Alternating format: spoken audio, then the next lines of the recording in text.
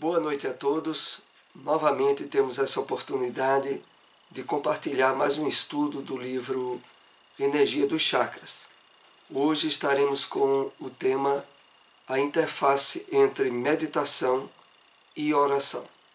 Sempre lembrando que estudos anteriores dentro desse tema vocês encontram no nosso canal no YouTube.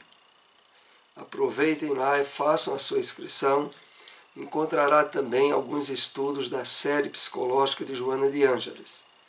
Como de hábito, vamos iniciar o nosso estudo através da reflexão de uma mensagem do Espírito Emmanuel. Essa é extraída do livro Cartas Universais e o Apocalipse, o Evangelho comentado por Emmanuel. Separamos aqui um trecho da passagem referente a Apocalipse, capítulo 2, versículo 10, que diz o seguinte: confia na divina providência, que te deu a vida, e nunca esmoreças. Ainda mesmo que essa ou aquela enfermidade te ameace a estabilidade orgânica, não desanimes. O auxílio invisível da espiritualidade superior possui veículos inúmeros de socorro, a fim de trazer-nos reequilíbrio. Vamos fazer aqui algumas observações para preparar-nos ao estudo dessa noite. Emmanuel aqui, se dirigindo a nós espíritas, traz esse apontamento como sendo muito necessário. Quando ele diz confia na divina providência, ele sabe que está tratando com pessoas que conhecem a funcionalidade das leis divinas, que sabem da perfeição dessas leis, cuja base maior é o amor, a misericórdia e o perdão. Não obstante, ele acha importante começar a mensagem nos dizendo: confia na divina providência, que te deu a vida, e nunca esmoreças. Ele faz isso porque ele sabe que o nosso passado de experiência no corpo e fora dele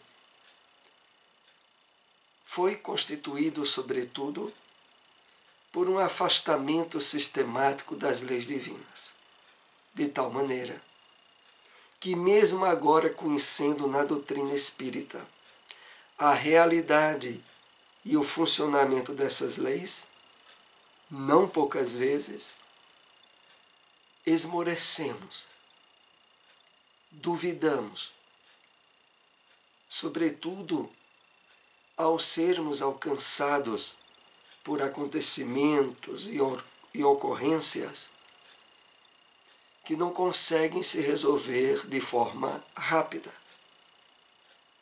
E isso se dá devido a esses condicionamentos que trazemos do passado, de descrença, de afastamento das leis divinas. E por isso ele continua: ainda mesmo que essa ou aquela enfermidade te ameace a estabilidade orgânica, não desanimes. Então ele vai, como se diz popularmente, na ferida. Porque é nos momentos em que, de certo modo, a demora, a intensidade de determinadas enfermidades, ao estabelecer um certo risco de vida, é um dos fatores principais para esse esmorecimento, para esse desânimo. E para nos assegurar de forma certa, ele diz: o auxílio invisível da espiritualidade superior. Possui veículos inúmeros de socorro a fim de trazer-nos reequilíbrio. Mas é preciso não só conhecermos esses instrumentos, esses recursos de auxílio do invisível, mas sensibilizar-nos a todo um trabalho de reforma íntima e de esforço de vivência do Evangelho do Cristo, para que, de fato, estabeleçamos de forma convicta, segura, as questões do auxílio e do amparo da divina providência que nunca nos faltam. Vamos então iniciar o nosso estudo dessa noite, a interface entre meditação e oração. A partir daqui, como o próprio nome diz, nós estaremos vendo esse campo intermediário que há entre a meditação e a oração, tema esse, sobretudo o tema da meditação em si, que já fazem alguns estudos que nós vemos trabalhando. E começa nos falando a respeito da meditação do discernimento. Nos proporciona a consciência daquilo que nos acontece, permitindo-nos transformar a percepção estereotipada, externalizada, que geralmente temos da realidade. Vamos começar aqui a refletir sobre isto.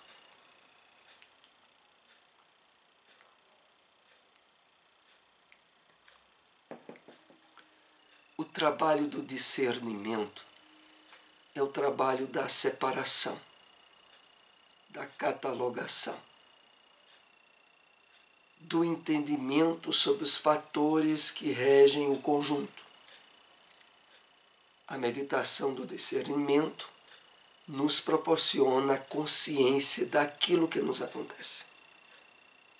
Normalmente, a maioria de nós, quando ainda não iniciamos o trabalho em conjunto da meditação, da oração, temos uma vida muito automatizada, muito estabelecida pela inconsciência, nas atitudes, nas emoções e até no pensamento.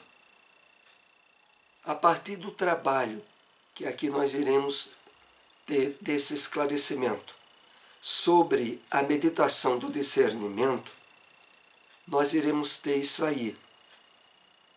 Nos proporciona a consciência daquilo que nos acontece, permitindo transformar a percepção estereotipada que geralmente temos da realidade. Aqui nós somos colocados no seguinte esclarecimento.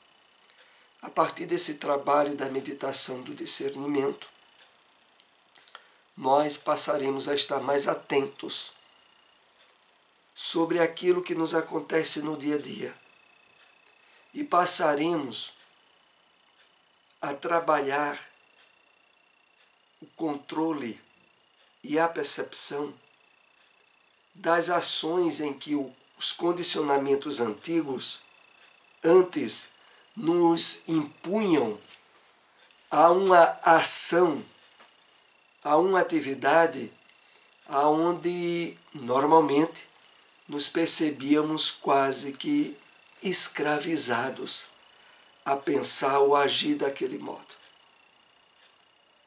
Prossigamos. Na prática da meditação do discernimento, focalizamos a atenção na observação amorosa de nós mesmos, de nossos pensamentos, emoções, comportamentos e sensações. Então, na prática desse tipo de meditação, nós iremos aprender mais a observação amorosa. Ou seja, diante de determinada ação que tenhamos tomado, a percepção de como aquela ação se externou, de um campo de observador que nós estaremos aprendendo a trabalhar, iremos assim poder efetuar um discernimento entre os pensamentos, as emoções, os comportamentos e as sensações que foram ocasionadas. Mas agora de uma forma didática, observada. Veremos ao longo desse estudo o entendimento dessa prática meditativa. É muito provável, esse estudo só vai ser concluído na nossa próxima aula, mas hoje nós já iremos ter uma boa base de como iremos trabalhar conosco essa meditação. Fazendo isso de forma consciente, começamos a vislumbrar uma série de percepções sobre nós mesmos, o que nos permite o discernimento, a análise clara e sensata da realidade em que estamos vivendo. A isso chamamos de autoconhecimento.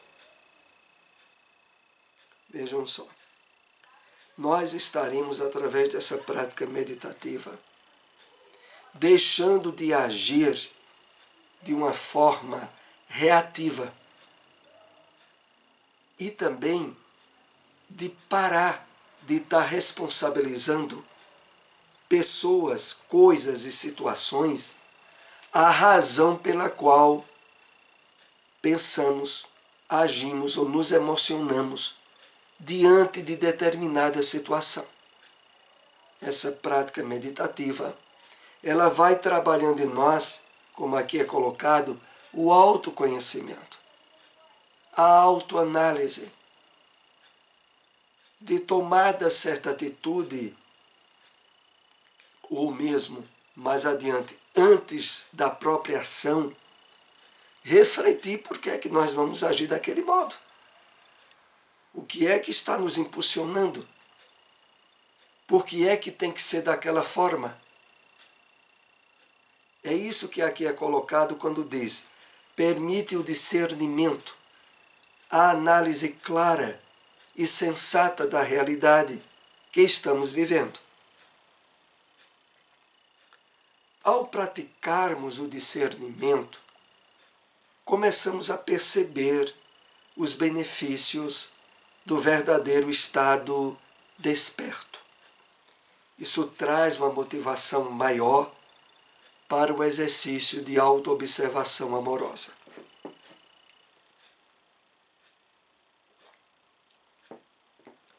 É interessante. Essa prática da autoobservação amorosa,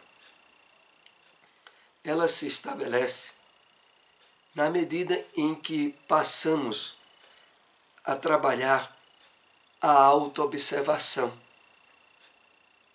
sem nos envolvermos como peças atuantes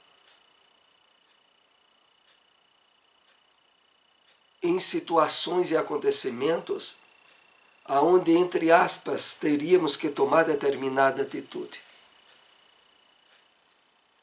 A prática da autoobservação associada à meditação, ela é muito benéfica em todos os aspectos, porque faculta, à medida em que estivermos exercendo mais essa prática, o discernimento, a ideação, a ação ideal, antes que sejamos tomados por uma emoção impactante, aonde esse discernimento não teria oportunidade. Voltando aqui o texto quando diz: começamos a perceber os benefícios do verdadeiro estado desperto. São imensos os benefícios de estarmos nos percebendo mais despertos. Na verdade, para o nosso espírito, sinônimo de vida é sinônimo de consciência ativa. Inconsciência é sinônimo de morte, que são as ações e reações intempestivas, inconscientes, sem haver oportunidade nenhuma da prática do discernimento. Ao superarmos o estado de consciência de sono, de automatismo que vivíamos, começamos a ver com maior clareza os padrões de nossos pensamentos, sentimentos, motivações e comportamentos. Essa superação do estado de consciência de sono, que é o estado predominante na maioria das pessoas que vivem imersas no materialismo, aonde a predominância das ações instintivas e inconscientes são bem generalizadas, impossibilitava essa visão com clareza dos padrões dos pensamentos, dos sentimentos. Na verdade, como muitas vezes já podemos ter ouvido esse tipo de expressão, se eu tivesse pensado melhor, ou eu agi, mas sem pensar sobre as consequências da minha ação. Tudo isso representam expressões da atuação dessa consciência de sono,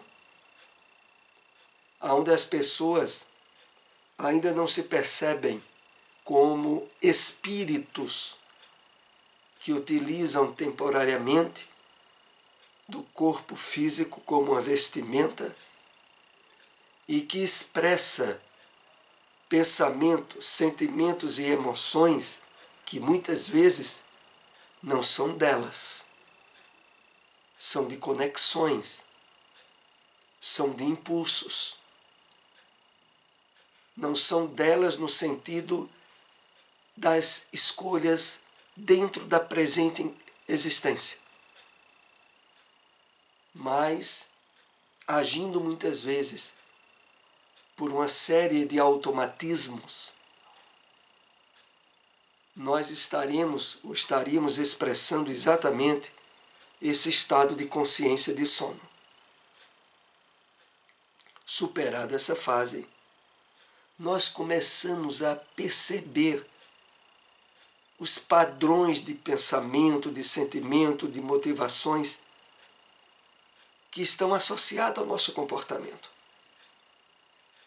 Mas como foi dito no slide anterior, através de uma percepção amorosa e não uma percepção associada a culpa e erros. Vão surgindo observações como: percebo, quando fixo a atenção, que vivo me recriminando quando faço algo errado, como se eu tivesse que ser perfeito. Isso faz com que busque sempre a aprovação alheia. Essa série de expressões que está aí vão fazendo parte, resultante desse início de trabalho da meditação do discernimento, aonde a pessoa vai habilitando-se a fazer uma certa separação, uma certa distinção e entendimento sobre por que ela agiu daquele modo, por que ela pensou daquele modo, de onde veio aquele pensamento que me levou a tal atitude, por que eu agi daquele modo. É isso que está por trás desse trabalho meditativo. Nesse processo meditativo, ampliamos nossa percepção a respeito de nós mesmos, permitindo-nos uma espécie de iluminação interior, propiciando-nos uma observação auto-amorosa, uma aceitação incondicional e uma compreensão não julgadora de nossos padrões mentais. Vamos falar um pouco a respeito desse conteúdo aqui, que é bem importante.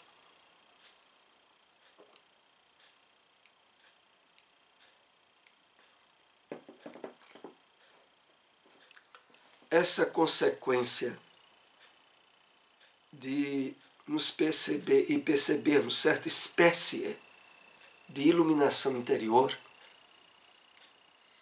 é consequência desse trabalho de discernimento que muitas pessoas afastadas desse conhecimento e dessa percepção da vida que aqui estamos compartilhando não têm. É interessante como, para a expressão dessa chamada consciência de sono, muitas pessoas pensam, sentem e agem de certo modo como se tivesse que ser daquele modo.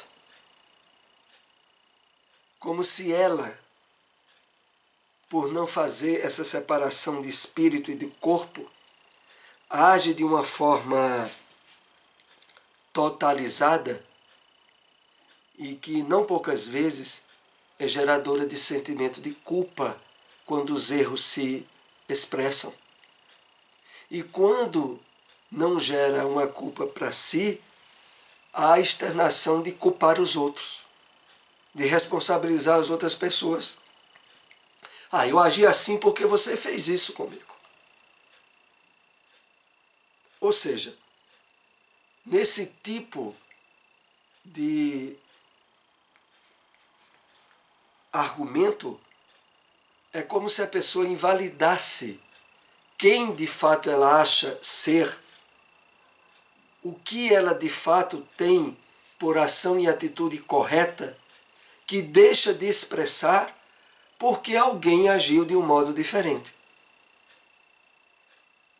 Então, nesse trabalho que nós estamos começando aqui a entender dessa meditação, nós iremos parar com isso, de se culpar e de estar culpando os outros.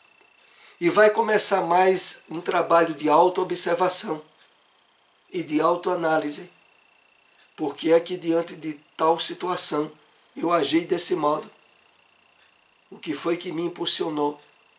E na medida em que nós vamos trabalhando esse discernimento, nós vamos ganhando segurança e controle sobre quem nós desejamos ser. É esse o ponto. Então, propiciando uma observação autoamorosa, uma aceitação incondicional e uma compreensão não julgadora de nossos padrões mentais. Entendamos aqui não julgadora como sendo não culposa, de não ficar atribuindo a si ou aos outros culpas por determinada ação. Nesse trabalho de meditação, nós vamos então assumindo uma posição de observador do que aconteceu, sem nos identificarmos exatamente com aquela ação que deliberadamente tenha sido tomada. E é isso que possibilita essa observação amorosa. Quando não é feito desse modo, nós sempre estaremos a todo momento culpando ou responsabilizando as pessoas ou as situações por termos agido de determinada maneira, como normalmente acontece com a maioria das pessoas. Normalmente, as pessoas buscam ter uma percepção sobre sua vida para se culparem ou imputarem culpa aos outros. Entram assim em um processo de autojulgamento e de autocondenação. É exatamente para superarmos esse tipo de condicionamento trazido, inclusive, do nosso passado de experiências e que foi e é gerador de muito sofrimento.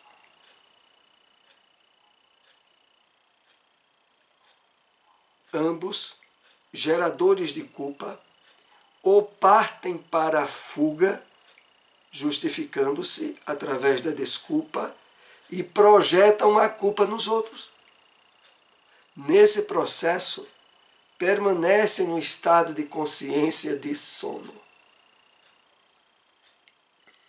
Então, o grande papel dessa meditação de discernimento é justamente nos possibilitar a saída desse círculo vicioso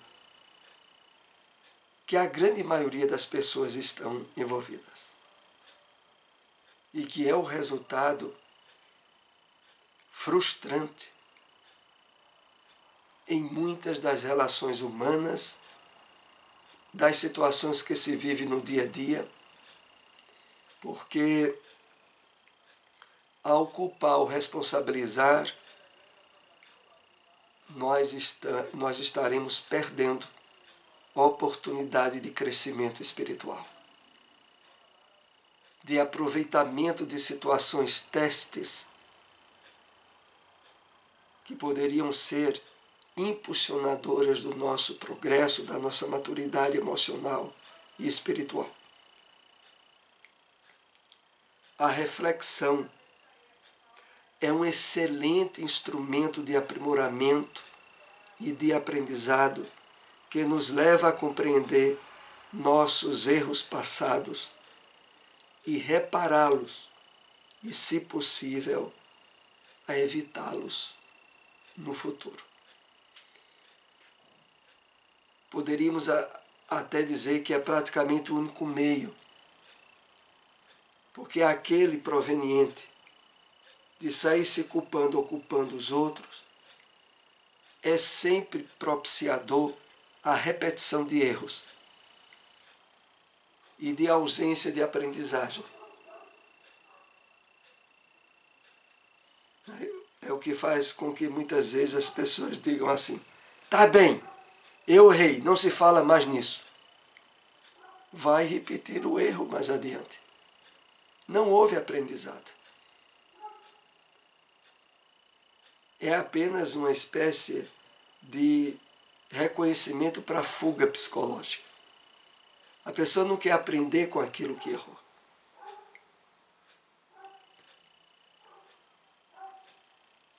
Jesus, ao propor, vigiai e orai, para que não entres em tentação, ensina com muita simplicidade e profundidade a necessidade da meditação e da oração, como meios de superação das tentações que nos impedem de alcançar o equilíbrio espiritual.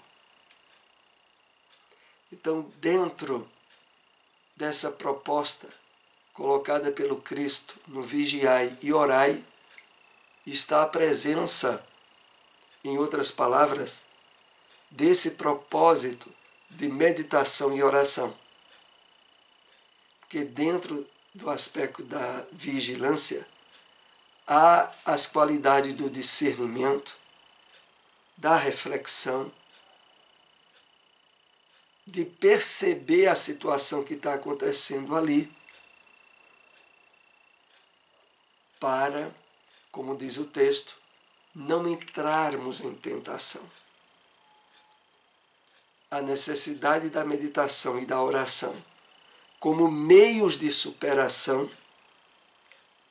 que nos impedem, como meio de superação das tentações que nos impedem de alcançar o equilíbrio espiritual. Então, a partir desse trabalho que começamos agora, o esclarecimento desse primeiro aspecto da meditação, nós estaremos construindo um caminho para o crescimento espiritual nosso, o aproveitamento melhor possível da nossa presente encarnação, tendo atitudes, ações, pensamentos e emoções estabelecidas numa consciência desperta, presente. Bom, esse estudo nós iremos prosseguir no nosso próximo encontro.